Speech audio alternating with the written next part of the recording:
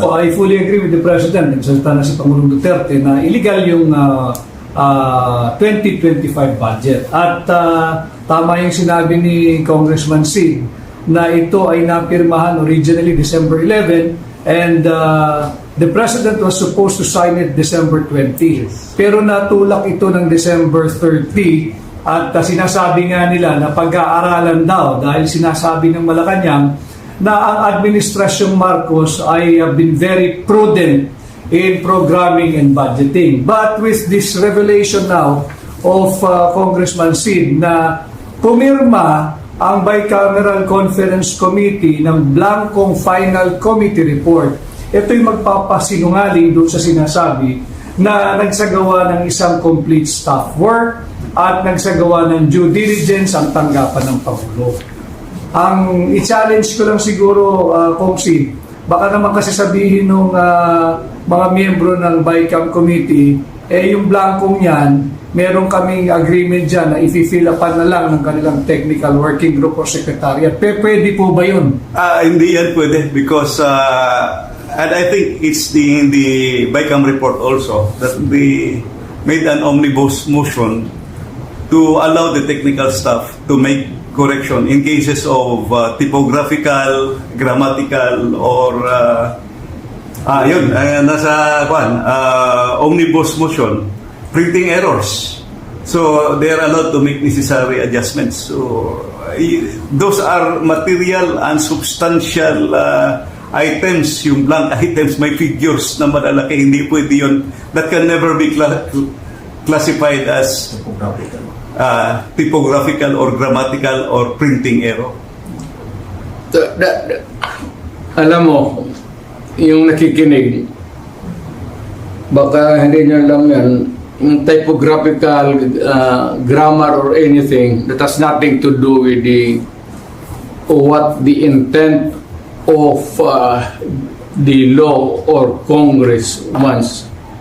No, you put anything there that is not the reflection of what Congress has passed or what is really the correct amount doon sa mga budget, i-jumble-jumble ninyo, that is falsification of law.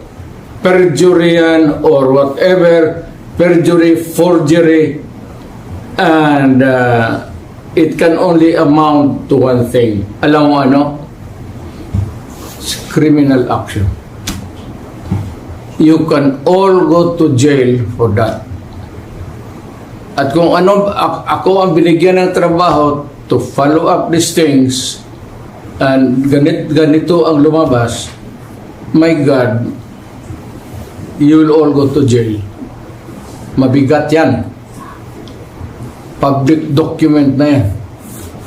So if it's different from what was really intended by Congress or was not really through an accurate copy as passed by Congress, that is falsified or forgery. In which case, mamili ka lang, forgery, falsification, or jail. Alin dyan sa tatlo, papasok sa iyo. Mr. President, ka bilang datihong prosecutor, magaling na abogado at dating can they argue that what they did nung blinangko, can they put up as a defense na there is a proper delegation ng kanilang duty sa kanilang secretariat o kaya sa kanilang technical working group na binigay nila na kayo na lang ang maglagay ng figure at inaprubahan na namin in principle yung mga items diyan.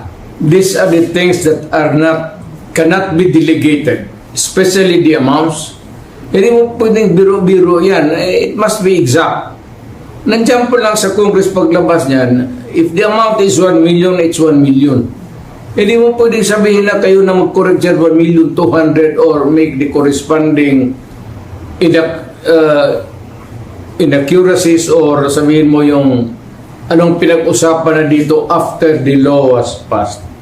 You cannot correct it by yourselves.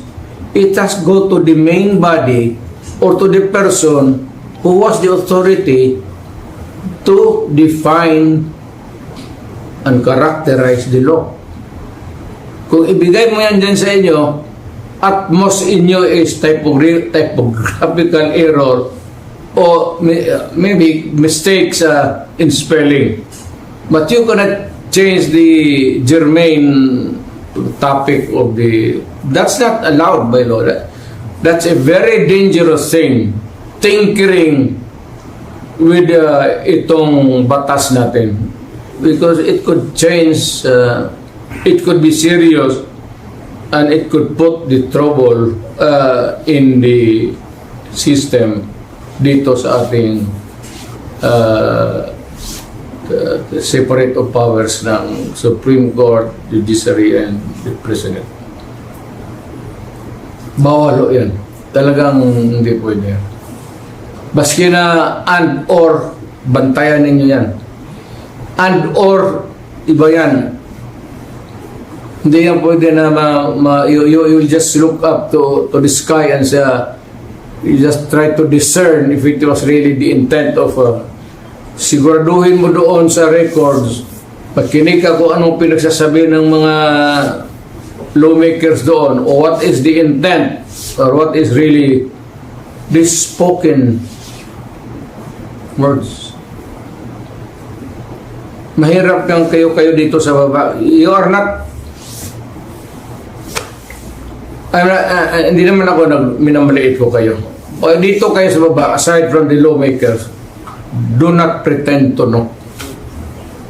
And do not pretend to guess what is right and what is wrong, and what is true and what is false. Talagang accurate yan. Refer to the records, and if you cannot get it from the, kung hindi masyado klaro, then you listen to the recorded history doon sa Congress. Marami namang stenographic notes dyan eh. Hindi lang isang tao dyan. May stenographic notes ang Senate, the individual senator, and yung report ng Congress itself. If I may, You cannot, do not say that you cannot go wrong. Hindi ka pwede sa'yo magkamali ka. There's so many records to refer to or get into the what is really the accurate and true whatever it is that is to be placed there in the document, whether it is a law, resolution, or an official document. Thank you, sir. Attorney Darren, is there anything you wish to add in the discussion? yes, actually earlier, when Congressman Ungab showed me these documents, I was honestly in total shock. Tama yung sinabi ni Presidente that all the figures in the enrolled bill for the General Appropriations Act for the President to sign should be accurate. But in my experience, in fact, if I may add, Mr. President, meticulously accurate, because I was once a head of a line agency, yung LTFRB. Mabusisi ang pag-prepare namin sa aming budget proposal, no?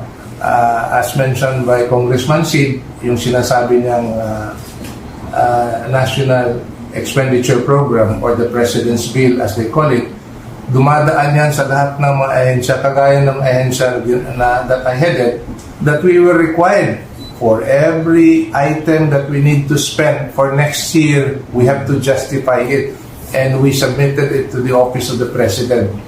And once the President endorsed it to Congress, yung sinabi naman ni Congressman Ungab na dadaan sa first reading, second reading, ibig sabihin po niyan, pinapadala kami sa Kongreso to justify our budget proposal for the following year. Ibig sabihin, mabusisi yung budget proposal. Kaya talagang I was really in shock when I said, kung mabusisi pala yung proseso, pagdating sa dulo, blanco. Paano nangyari? Hindi talaga pwede yan. Hindi talaga pwede na. That's in plain, that's bullshit. Either somebody there is stupid or more stupid than the others. Huwag mong gawain niya because it carries with it a lot of legal consequences. Isa dyan, yung mapriso ka. And you cannot escape the rigors of scrutiny kasi dadaan ng maraming papel. And it goes back to the proponents, kung may kopya sila, but sabi niya, puta, hindi ko ito sinabi. This is wrong because I never advocated for this kind of action. Malikot ang papel sa gobyerno. So, do not try to, for those enterprising or whatever you want, wag mong gawain niya kasi talagang kung sa opisina kita, barilin kita. Totoo, para mo akong pinahiya. At pagtawanan ako ng mga congressman. So, mabuti yung alam ninyo. Barilan ka agad para wala ng istorya. Luko-luko may trial ba tayo ang gastos niya?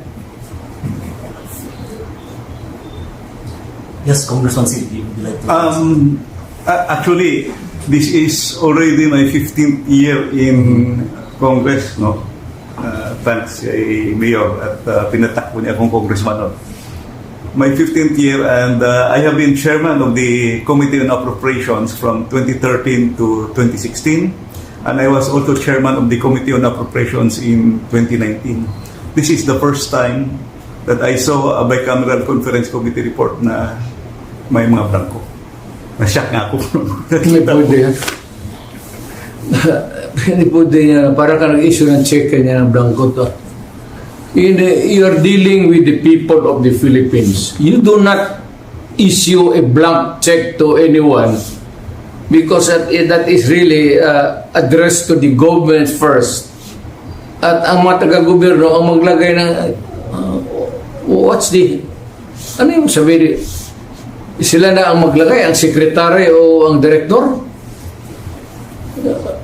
Anong kalokohan ng naisip ninyo niya? Obviously, Mr. President, meron hong abandonment of constitutional duty Yes. on the part of Correct. Congress. But kay Kong Sid, sino sa tingin mo ang nag-fill up ng blanco? Kung Mahirap yung kasi. BICAM pa rin ba who operates as the third chamber o merong fourth chamber na unknown? Well, let us assume na yung mga pumirma sila but tama yung imagination mo. Yung BICAM has been called now the third chamber kasi binabago talaga nila binabago nila yung budget. Nung araw, inabutan ko pa yung sa that was 16th Congress na kung ano yung natapos ng House Appropriations Act. Appropriations Act, GAB, at saka yung GAB na ginawa ng Senate, gagawa pa kami ng matrix. Yung House version kasi versus Senate version, then yung variance. Yun ang pag-usapan nyo kung ano yung So, reconciliation. reconciliation, may matrix. Ngayon, binabago talaga nila lahat. So, that's why we call it third chamber. Yung possible imagination na may fourth chamber na nag-fill up. Well, kung meron man, those who sign are still responsible kasi sila pumirma eh. Falsification yan. If it changes the meaning, if it's just a grammar, putting a correct one or in ganon, okay pa yan. And or, pero if you change put there a sentence that would change its meaning far different from the original intent of Congress or the executive order, then it changes the meaning and you are not allowed to do that because you can go to jail. At Mr. President, yung fina-flash show kanina sa screen ay yung nakuha lang ni Kong Sid na kopya. Para marami hong nakikinig sa inyo at sumusubaybay, baka pwedeng ipakita rin ho ninyo sa kanila yung kopya pong ipinakita ninyo na pirmado ng mga miyembro ng Bicameral Conference Committee na blanco yung amount na inaprobahan at naging enrolled bill. Ito po. Yan. Yung mga blanco. Oo. Then pirmado nila. Blanco. Ito yung mga blanco. Hindi mo na cannot pass a law with blank. It has to be complete, Richard. That is not allowed. Bakit mo ilagay blanco dyan? Oh, if it's a contingent amount, you press the contingent amount. Whether it falls short or sobra, then you can add. Or kunin mo kung may sobra. But you cannot speculate by placing a blank there for the amount of the appropriations or whatever it is. It's just not, it is not allowed by law. You cannot pass an incomplete appropriation or bill for that matter, whatever. It leaves an speculation. Ano pa yung tao ano bang ibig sabihin nito? Ano bang ilagay natin dito? Then, whoever is the end user of this papel would have the, ngayon, kung bright ka, sige, ilagay na natin dito, pasobra natin ng konti. Para yung, ganun talaga yan, o kulang. O sige, sobrahan ninyo, o kulangan ninyo. Then you leave the money intended for any public purpose to the speculation or to the guessing game of the people who are supposed to implement the law. Bawal o yan. Bawal o yan. And you can go to jail for that. Mind you.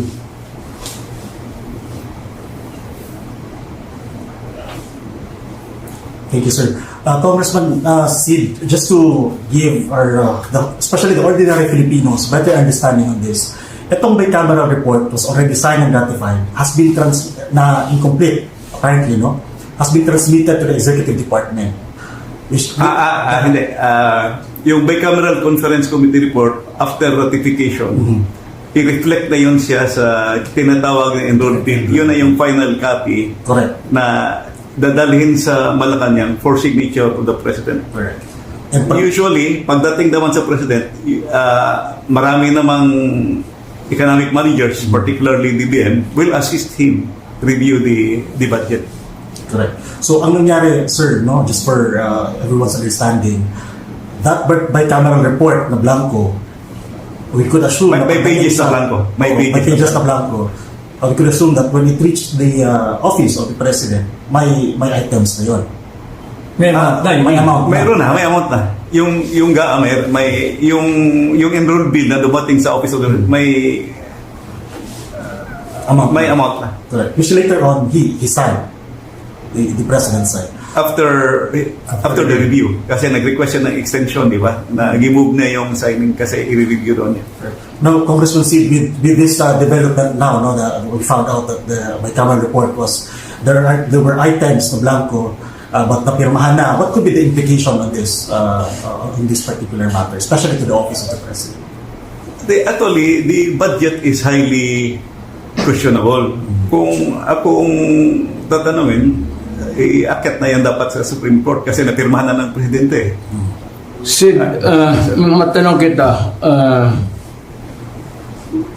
when would be the earliest event that could discover this kind of... Actually, Mayor President, I was studying, gumagawa ko ng paper. Yung part 1, binigay ko na kay Atty. Vic. Marami na akong binigyan. Yung mga kaibigan ko na mga mga advocates doon, health advocates, pinadagan sa part 1. While I was making part 2, in fact, I have a meeting last week dapat kay Attorney, bago lang yun, a few days ago, kay Attorney Vic sa kay Peter Lavinia. Nung yun, ibas ko. Nakita ko, all of a sudden, na-remember ko yung Bicameral Conference Committee report kasi gaa-gaa lang tayo unconstitutional, yung education budget, talampasan ng DPWH.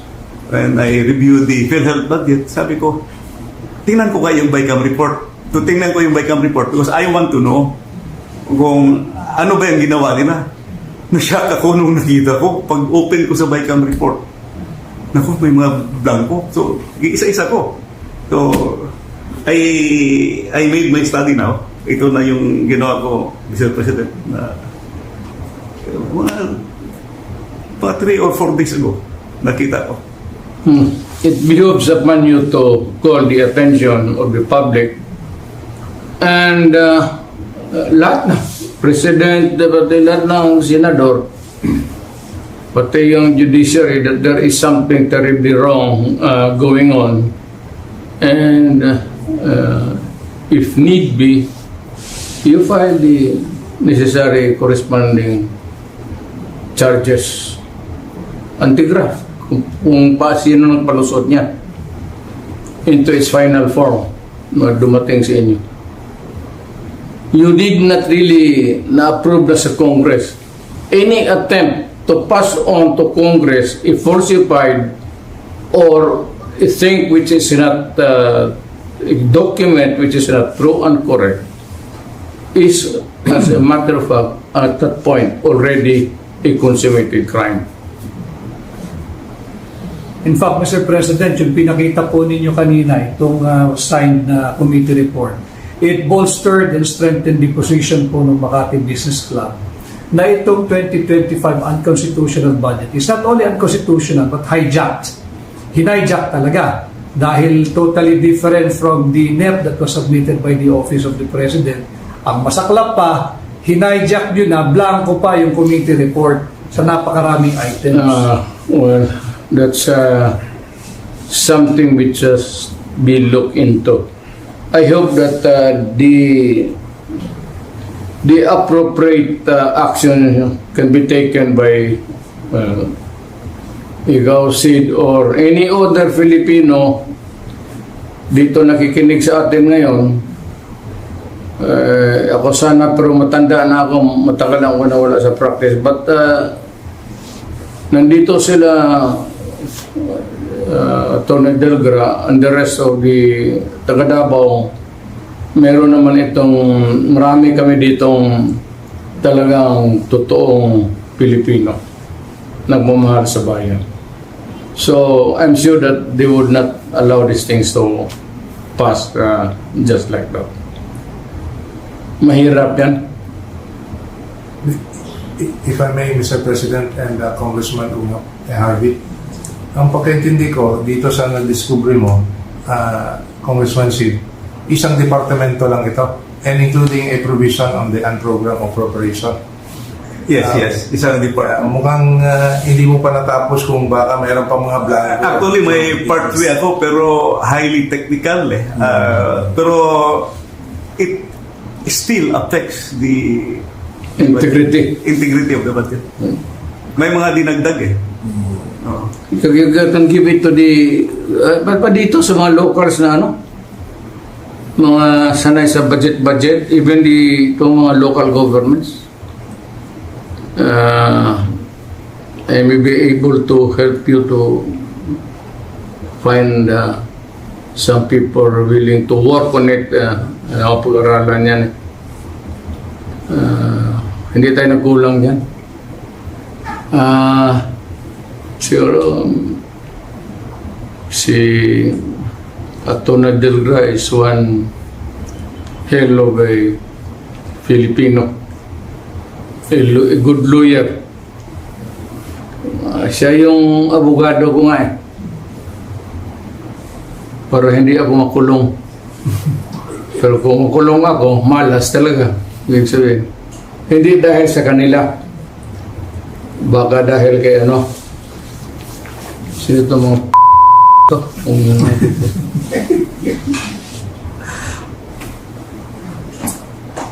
Thank you, Mr. President. Sir, Congressman Sid, are there any things pa na you wish to discuss on this particular, ito sa report na ito? I think we have thoroughly discussed it already. With that, Mr. President, I think we've covered the things that we would like to discuss on this particular matter. So before we close, perhaps Attorney Vic, meron ka pang gustong dagdag kay Attorney Dela?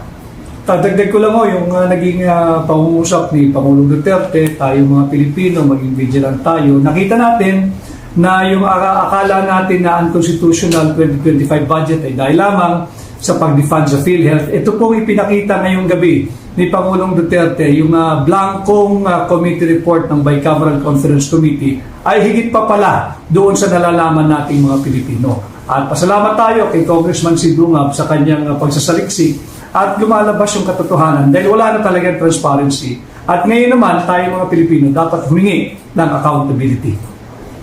Thank you, Attorney Vic. Attorney Delga? Yes po. Itong na-discover ni Congressman Sid, mas mabigat pa ito to what was already discussed in the several weeks that we had, as mentioned by Attorney Vic, as regards yung pagtataas ng budget ng DPWH over that of the education sector, which is already unconstitutional. Ito, mas glaring pa ang anomalya. So I think this has to be addressed, and good that Mr. President had called out to the Filipino people to look into this and to question the highly anomalous legislative process in coming up with a national budget for 2025. Alam mo, if I may add, nakikiusap lang ako sa mga ulol na to.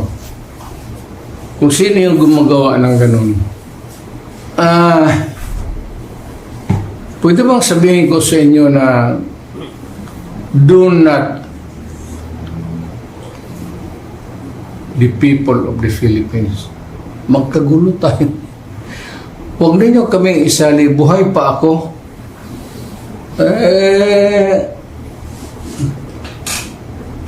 Saka nandyan yung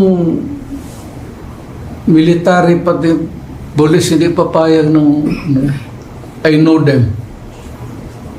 The ever vigilant na military pati police. Hindi papayag ng ano.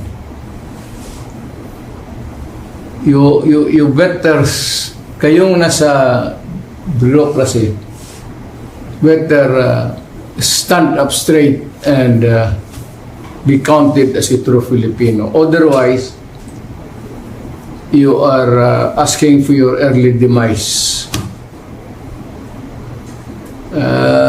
Alam mo, pag nagkudita ito, patayan lip and right yan, baka una kayo. Alam mo, yung ayaw ng sundalo, naghihirap na nga sila para sa bayan, tapos nanakawan pa ninyo ng pera. Hindi, ibigay na lang nyo sa mga sundalo sana yan. Bakit pa ninyo, not good. Not good. Dagdag na lang nyo sa edukasyon sa mga bata, yung sa mga disasters, dagdagan ninyo yung ano talaga, edukasyon, pati yung mga sa welfare department. Yun ang kailangan talaga ng ano. Ako, edukasyon. Dagdag na lang ninyo, huwag na ninyo sayangan yung pera. Yan lang ang payo ko sa inyo. Sabi, nag-warning ako sa inyo, huwag kayong gumagawa ng ganun. Pagka marami, hindi papayag ang soldado niya. Iyariin kayo, sigurado ako niyan. Kilala ko ang sundalo. Ngayong presidente ako. Napipigilan lang. Pero pag if it goes haywire, bahala kayo. Basta ako nagbigay ng warning sa inyo. Thank you, sir. Congressman Sid, I know this is just the beginning of the discussions on this particular item, but your message, sir, to our fellow Filipinos right now is Sa ating mga kababayan na nakikinig ngayon, sa ating mga kababayan na nakikinig ngayon, you can see the documents, you can see the figures na mga blanco. Makikita nyo naman yan. It's up for you to decide. Tingnan ninyo. May mali talaga na nangyari sa budget natin. Thank you, Congressman Sid. And of course, Mr. President, sir, we would like to get your message also just before we close for our fellow Filipinos. Nandito kami lahat,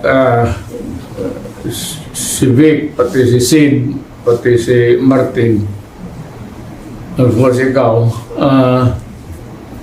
gusto lang namin malaman ng tao na interesado kami sa ating interest sa bayan.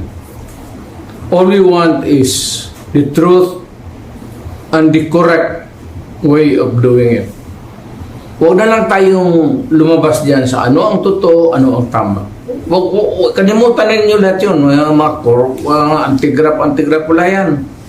Stick to what is right and what is the truth. Yan lang dalawa. Wala na kayong dapat alalahanin. Yan ang para sa bayan, para sa anak natin.